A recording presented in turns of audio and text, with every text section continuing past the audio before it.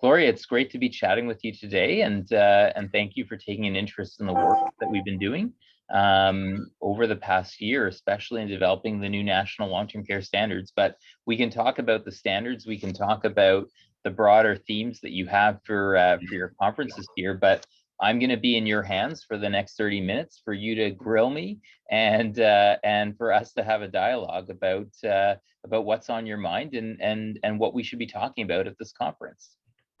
Excellent. Well, I would like to start by you highlighting the kinds of questions that you addressed and the key changes that you're recommending in the standards for long-term care. Yeah, no, so this has been a real labor of love over the last year. And it's not just me, but we have an incredible committee of 32 members, a technical committee, a quarter of whom are residents and family members, a quarter of whom are frontline workers and people who work in our long-term care homes. A quarter are what we call experts, you know, kind of in the area, whether it be through research or through other experience. And another quarter are people who are what we call policy and decision makers. And so by getting this group together to start saying, we need to actually think about what these new standards need to look like, the first step that the committee said is, well, why don't we ask Canadians what matters most to them? So that started a national survey that had over 16,000 people participate. And since then, we used that survey as a basis to then get into more nuanced and subtle questions to really inform what we should be looking at and what we should really be focusing on. And over time now, including our recent public review, we've engaged over 25,000 Canadians in terms of really hearing from them what matters most when it comes to the provision of long-term care in Canada. And that's really helped influence the standard that we developed, the standard that we released for public review. The draft one from January to March showed people a significantly expanded standard versus the one that previously existed. It had 10 sections, 24 clauses, 183 criteria. And what really kind of resonated for a lot of people, we heard, was the fact that, number one, we've made this a standard that's what we call resident-centered. It really starts at the principle that everything we need to be doing in a long-term care home needs to be focused on understanding and supporting the needs of long-term care residents, those who are living there, what matters most to them, and how do we actually support their needs, and really not only focus on the quality of their care, but also their quality of life, and really focus on making sure that we're also appreciating what matters most to them. So, you know, we always want to take care of people. We want to make sure they're not falling, but we also want to respect a resident's right, if you will, to live with risk. If that resident knows that by walking more, they might fall more, but that's their choice, then we need to support them as well, as opposed to coddling them and putting our own opinions about what their care should be on top of them. So resident-centered care was a real big focus. But another big thing that we really brought in, not just reorienting the standard to be resident-centered, was also thinking about how, as Dr. Pat Armstrong likes to say, the conditions of work are the conditions of care, was really making sure that in this standard, we also focused on the issue of our workforce, better understanding who they are, better supporting their needs, because if we create a healthy, resilient, and safe workforce, we create a healthy, resilient, and safe home in which people are both living and both working as well.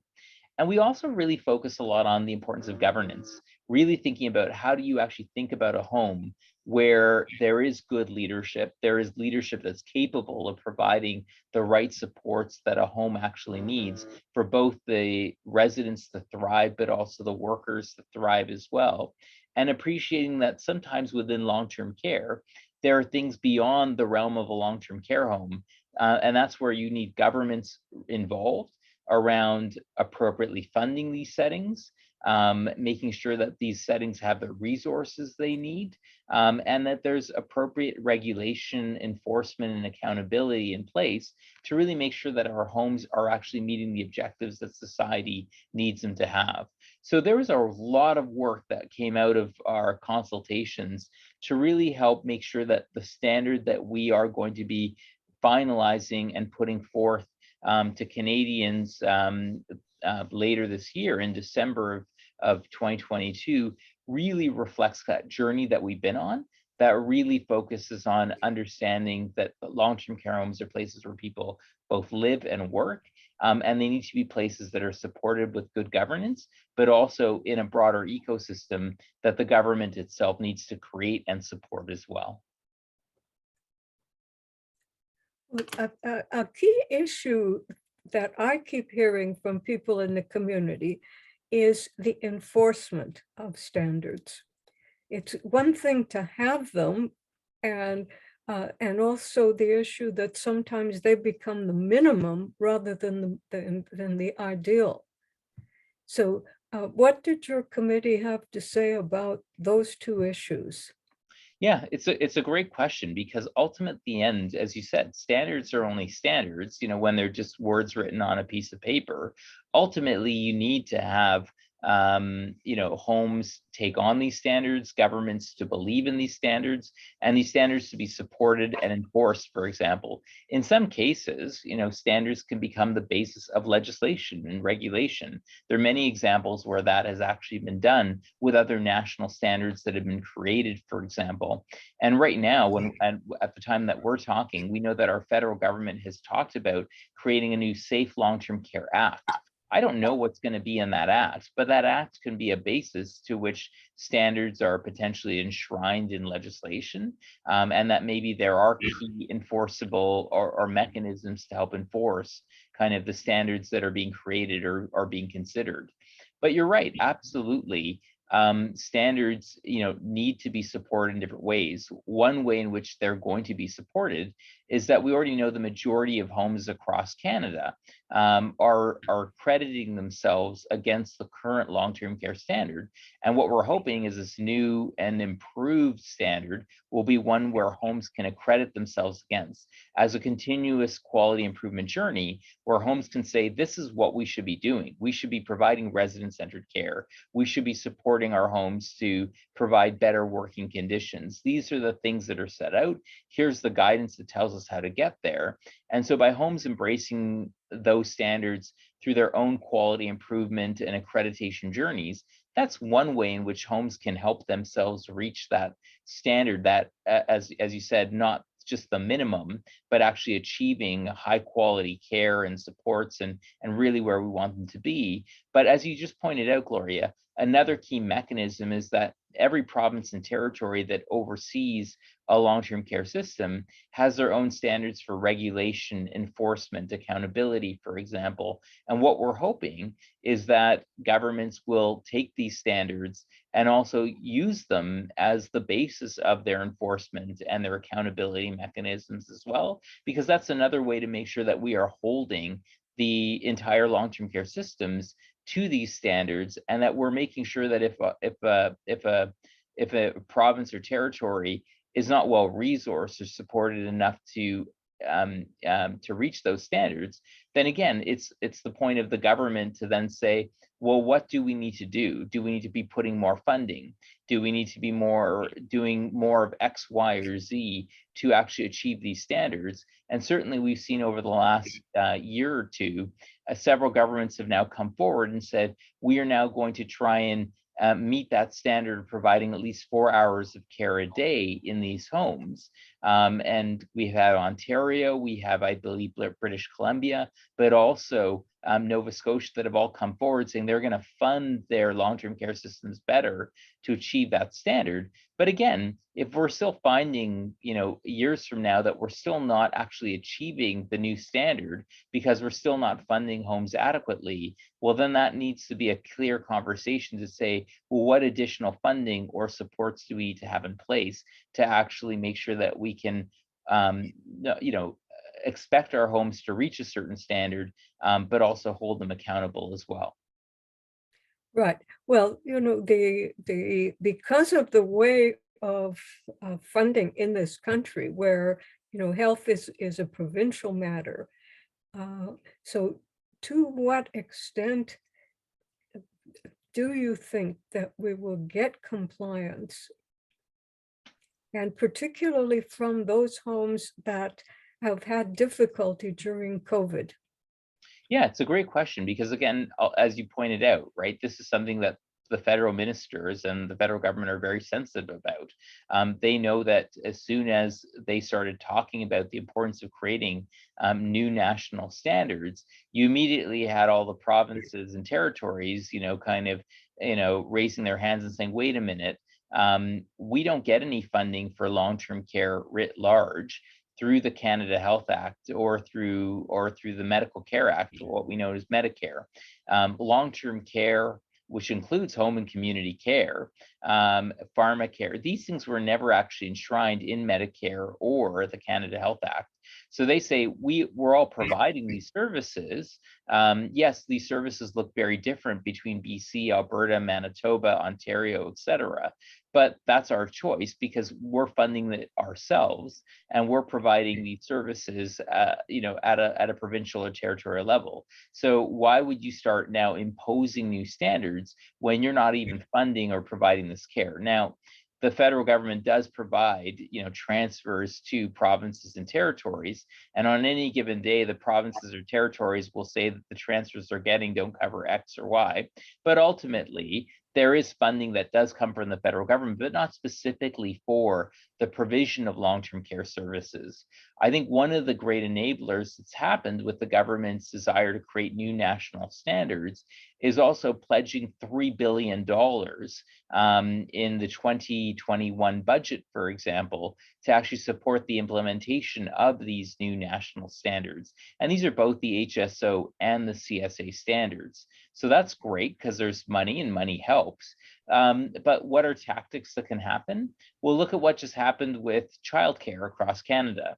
You had the federal government that came with a significant investment, and they were able to sign deals with every province saying, we're now going to create kind of, if you will, a national childcare program where every province and territory has agreed to provide things in a certain way, in a certain level, for example, so that every Canadian can expect to receive $10 a day childcare, for example, no matter where you live. Now, it might be operated differently and organized differently, but the price will be the same. And I suspect, and I hope that the standard will be relatively similar. But I do think that that is one tactic. The federal government does have $3 billion. And in my chats with the federal ministers of health and seniors who are overseeing the work of these standards, I said to them, hey, just the way you've done it with childcare or other things, if BC says we don't want to implement these standards, for example, then we just don't give you your share of the $3 billion, and that's it, right? But often when the federal government does have real dollars, it's hard to resist them. And we know that a number of provinces have made deals with Ottawa around the implementation of the Safe Long-Term Care Fund, for example, where Ottawa came forward with $1 billion from the 2020 budget. And that's led to provinces like Ontario and BC and others actually signing agreements saying this is actually what we're going to do. And all the federal government asked for in return of giving them the share of that $1 billion was some accountability, saying, what are you going to be spending this money on to improve long-term care in your settings? So I do think there are some good precedents where we can actually, again, where the federal government's bringing money. The federal government does have an actual new standard in place, and it does have some tactics and some experience where hopefully that will get more alignment between provinces and territories.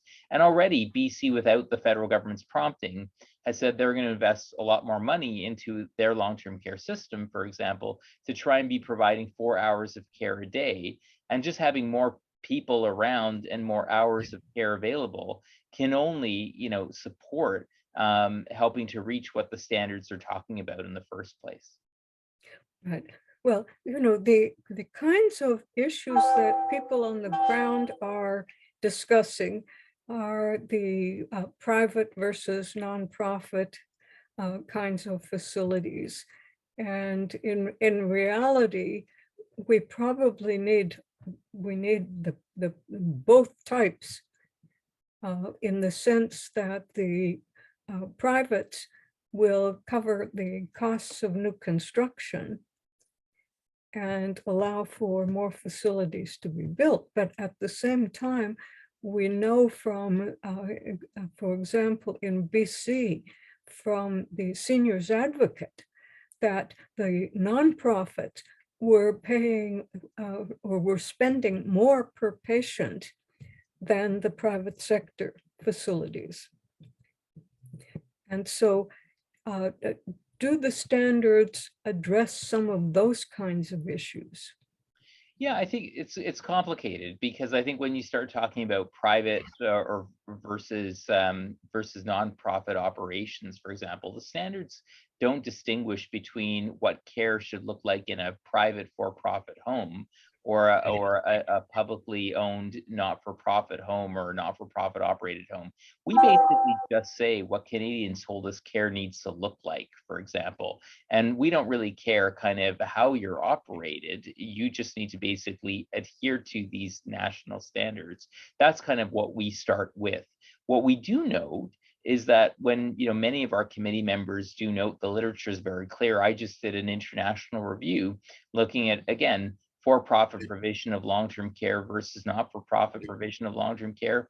And the literature is always overwhelming. It's overwhelmingly clear saying that for-profit providers don't tend to provide, on average, the same level of quality that a not-for-profit provider does.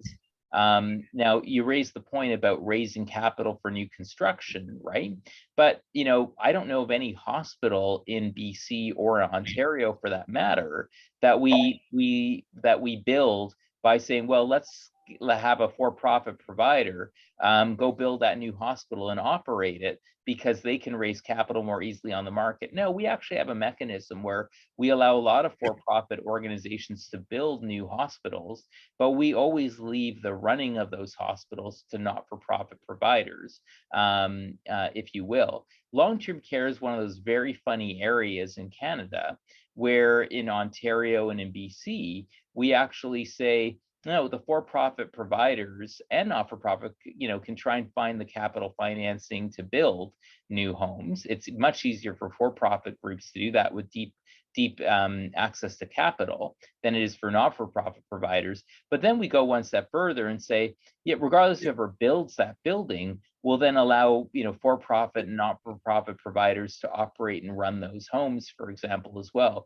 But we don't do that with hospital construction. We don't do that for other forms of care that we actually operate. So I always want to bring that distinction, because I think just the notion that for-profits can more easily access capital shouldn't be an excuse to say, well, let's just allow them to run care.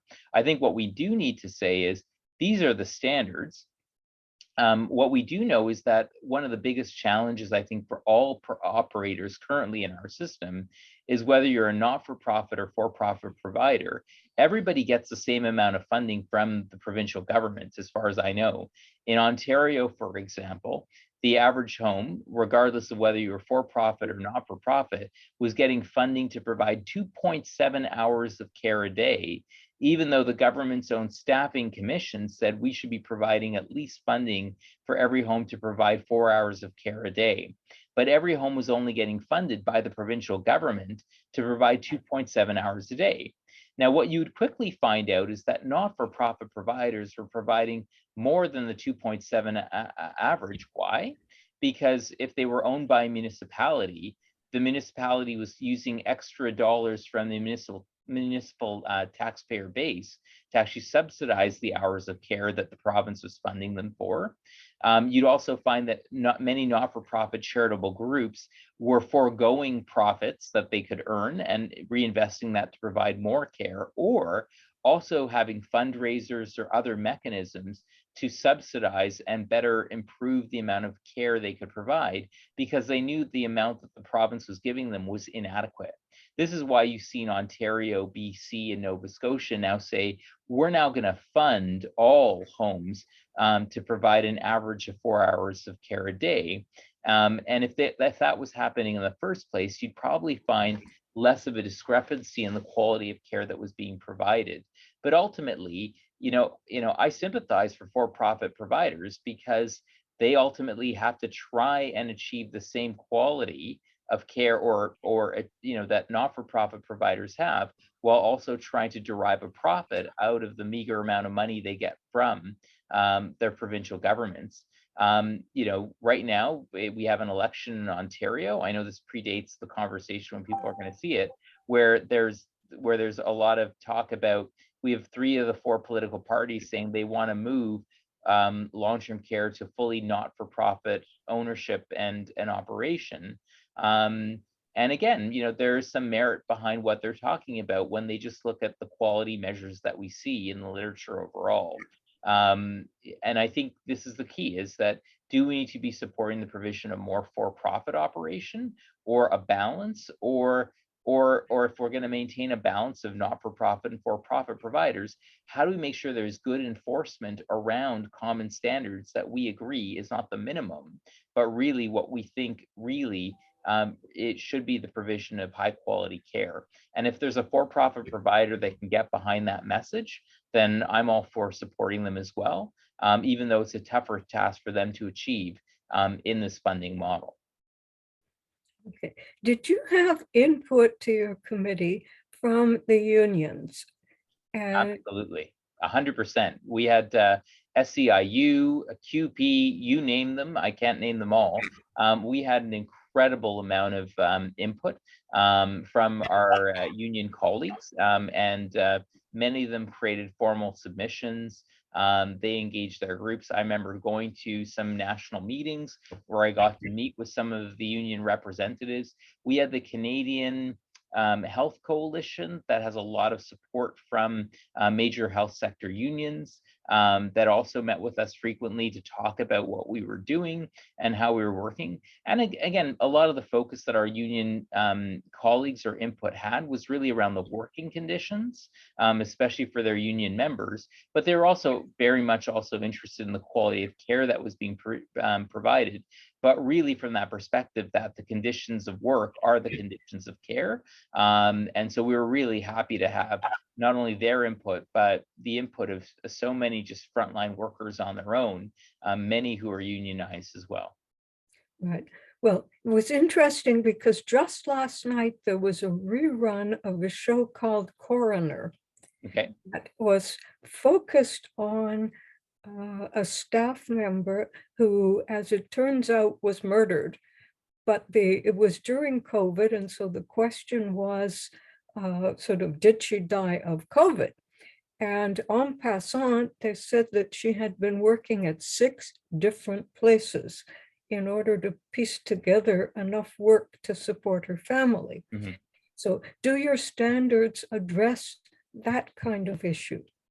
What we do talk about again is that ultimately we can't, like, a standard basically talks about the standard that I've been working on and that with our committee is talking about what is the standard of care that should look like in that home. So at the level of a home, our standards are not standards that talk about, they're not basically legislation saying how the government should run long-term care. Our colleagues at CSA have focused on what we call the hardware. What should that home look like and how should that home be operated, if you will? The HSO standard looks at what does care need to look like in that home? What and how is the governance model of that home? How is the working conditions in that home? How is the care conditions in that home? How do they need to look? And so when it comes to the issue of people working in multiple homes, our standard doesn't dictate what people can or cannot do, but we really emphasize the importance that when you create more full-time opportunities for people to actually provide care in these settings, for example, that creates healthier work conditions so that people don't have to work in multiple homes to piece together a job, because there's more full-time opportunities. More full-time opportunities tends to actually create healthier staff, staff that know their residents better working conditions, and ultimately better care conditions. So we don't basically say that a home should not allow someone to work in another home. But what we do talk about is better working conditions that can create a healthier, resilient, and safe workforce at the level of a home as well. But again, what we did see was that How did British Columbia deal with this at the start of the pandemic? Meant multiple workers in the province working in multiple homes. It also recognized that part of the reason why this was happening in a province like BC was that many homes, for example, were hiring their staff only on part-time contracts, for example, which was cheaper, and forced them to work in multiple homes.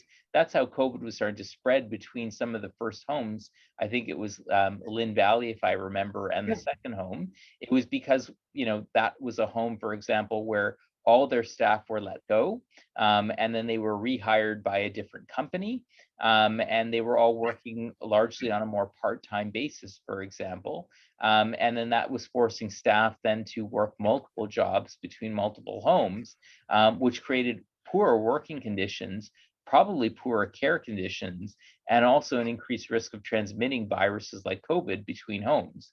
And so BC very quickly recognized that whatever the regulations or situations, that province had allowed that situation to happen. And so I was very impressed when early on in the pandemic, they said, we're going to put every long-term care staff member on a full-time salary with benefits and the whole thing. And we're going to, even if we can't give you full-time work in a home, we're going to make you whole. And that allowed them to very quickly be able to not have people needing to work between multiple homes to cobble together a salary, because they could get a full-time salary by just being put in one home. And I think that was, again, an example of what good government oversight and intervention can do. So we don't talk about that same level of oversight at the in our standards, because our standards are at the level of an individual home. But we certainly do recognize and call out, as people have seen in our preamble, that there are these sorts of decisions and thinking that need to be made at the level of government, and government needs to actually play a role in making decisions like these that actually support the entire long-term care system and the care that can be provided at the level of a long-term care home as well. And from the point of view of people who are advocates for improving long-term care, so they really need to talk to their government people. Absolutely. And this is one thing that, again, I think one thing that's been very effective, I think, during the pandemic, is that I think many Canadians were not aware of the conditions of care and work in Canadian long-term care homes. When people started realizing very quickly that a lot of these things were self-inflicted by underfunding these settings, that we were actually getting the results that we paid for, I think a lot of Canadians have risen up and said, no, this is not acceptable. So I think that's why you actually have the federal government now getting involved, saying we want to support the development of new standards. We are going to put in billions of dollars in improving long-term care, even though this is a provincial and territorial area of focus and control. But already we've seen a number of provinces like BC and others that have actually started to actually pour additional dollars in to better improve these respective sectors as well, because they recognize that there was decades of underinvestment that started creating the conditions that we have, which can be catastrophic during a pandemic. So I think the advocacy that everybody has had has helped. Do I think we've gotten the wholesale change that we absolutely need, that need to see? I don't think so. I still think that now governments are getting distracted and moving on to other issues, now that we don't have people dying in the hundreds every single day in these homes. But I don't think we've fundamentally changed the system in the way we need to, and corrected the underlying issues, the structural issues that need to be corrected. But I'm hoping that with these new standards, with some of these additional investments, that we're starting to head in the right direction of where we need to go. And that's an important step of progress, but there's still a heck of a lot more that needs to be done in this area. Well, that was sort of my next question of, who we should be talking to and what we should be lobbying for, the we being the citizens of this country who are concerned about improving and making long-term care safer and better. Yeah, I think again, it's really the ultimate people who actually have the authority to make the changes. I like to say are all of us. Because ultimately, when we tell our politicians that this stuff matters, they will listen. Why? Because they want to get elected, for example. They want to get reelected. And if we tell them that this is not a priority and this is not an area of interest, or what is an area of interest, this starts to influence kind of campaign platforms. It starts influencing policy, and what people will say to get elected and to get reelected, for example. And that's why I think the governments, many governments, have made long-term care a focus of their work. But the question is, how do we hold governments accountable so they don't just say things that sound good but aren't actually effective, but actually truly are effective as well?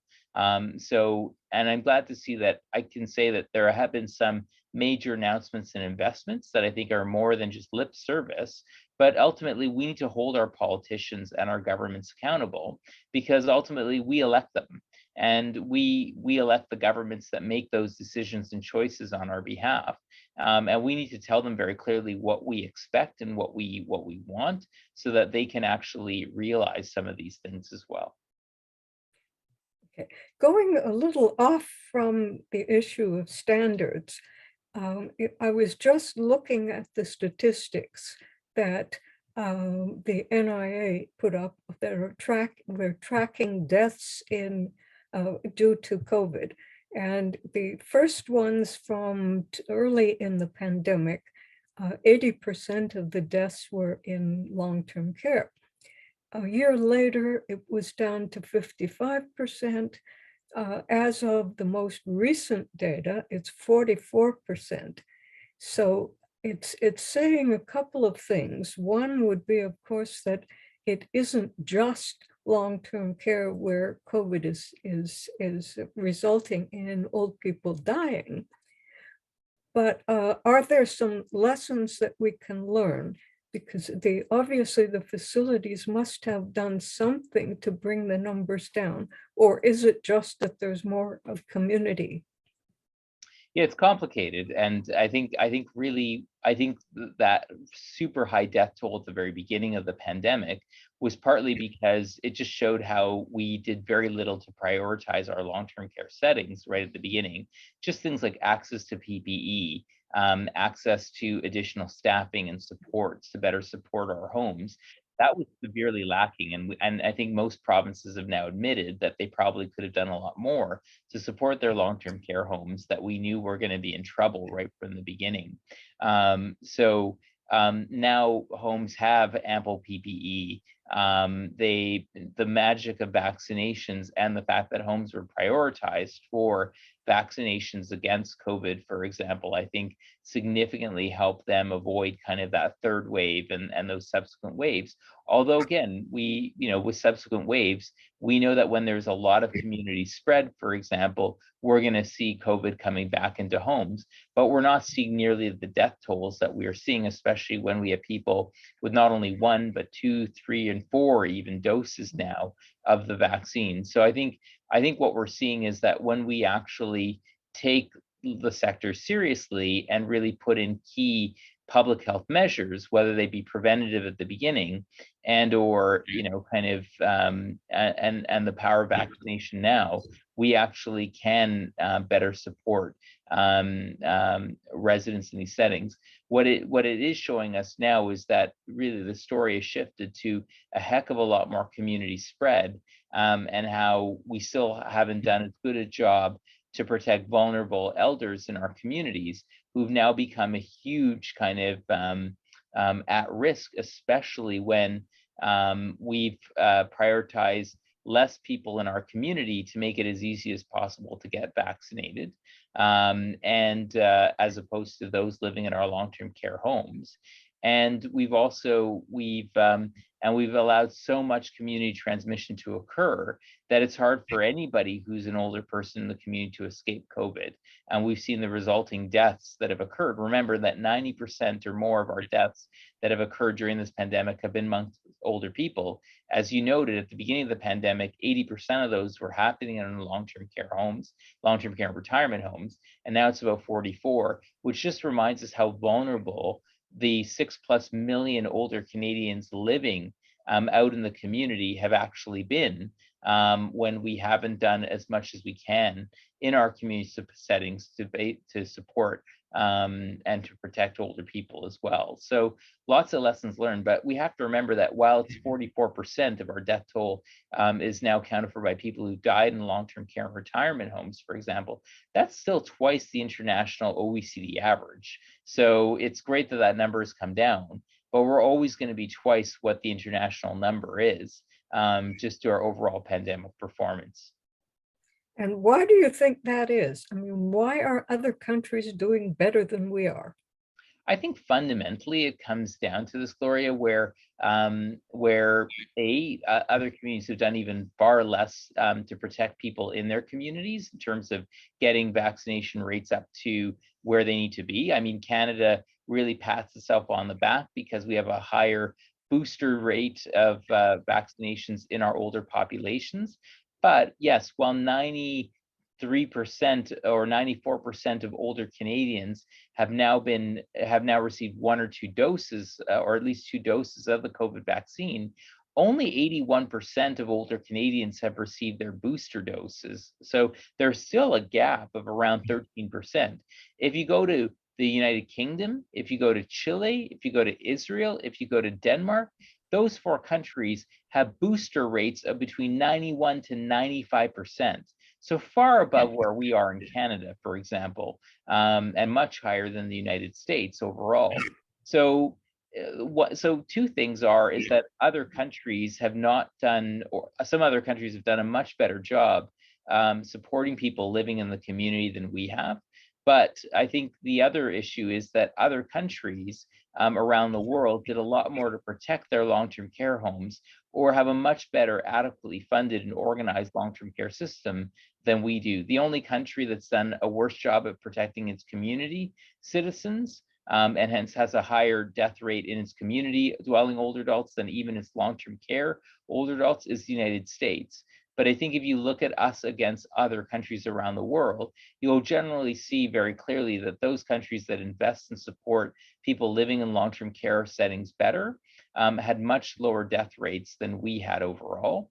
And also the countries tend to do a much better job of caring for their community dwelling older populations as well, by making sure they had good access to booster doses and other things. And one would hope that we will have more domestic production of vaccines. But in terms, coming back to the standards issue, so would some of the standards be that X% of staff, X% of residents must be vaccinated? Yeah, again, we can't force people, like right now, you can't mandate vaccinations in terms of forcing residents, for example, to get, because again, we recognize the fact that residents have the right to live with risk, for example. But what we can do, what we recognize the bigger issue is when it comes to vaccinations in long-term care settings, is that we knew that when we actually mandated vaccinations in Ontario, that was to get our vaccination levels from 91 to 99% amongst our staff, for example. And for our residents, for example, early on, for single and second doses, we reached rates of around 98, 99%. So we know that residents and staff in these settings are not often vaccine hesitant. What we do know is that the bigger barriers are just getting people access to the vaccination. When you tell a staff that they have to go all the way to somewhere else and take a day off work to go get vaccinated, or you won't give them paid sick days, for example, if they get sick from getting the vaccination, well, then you're not creating an incentive for them to get vaccinated. So what we do recognize is that when you actually give people access to the vaccination and make it easy for them to do the right thing, they're more than willing to get vaccinated. It's just that we haven't always recognized the opportunity there as well. Right. Well, and we've had flu epidemics for years. So in general, do facilities bring flu shots to their staff and to their people on a regular basis? And would they not do that for COVID? Yeah, and so again, it depends on which jurisdiction you're in, for example. But I believe that most homes, for example, are very used to during flu season getting public health to send them an allocation of vaccinations and then sending that out to the home so that they could administer them themselves. Um, so I think, but again, we never reached the level of vaccinations with influenza that we have reached with COVID with in COVID? these and same with pneumococcal disease as well, or even things like shingles. So these are all vaccines that we would recommend to these populations. But what we've learned from the COVID rollout, for example, is we haven't done a very good job of rolling out boosters to our older populations, whether they be living in a long-term care home or not. And if we put the same amount of effort we did in first and second doses in these populations, as we do for other things like the flu vaccination or the booster, we're more likely to get people vaccinated in these settings and protect a larger number of people as well.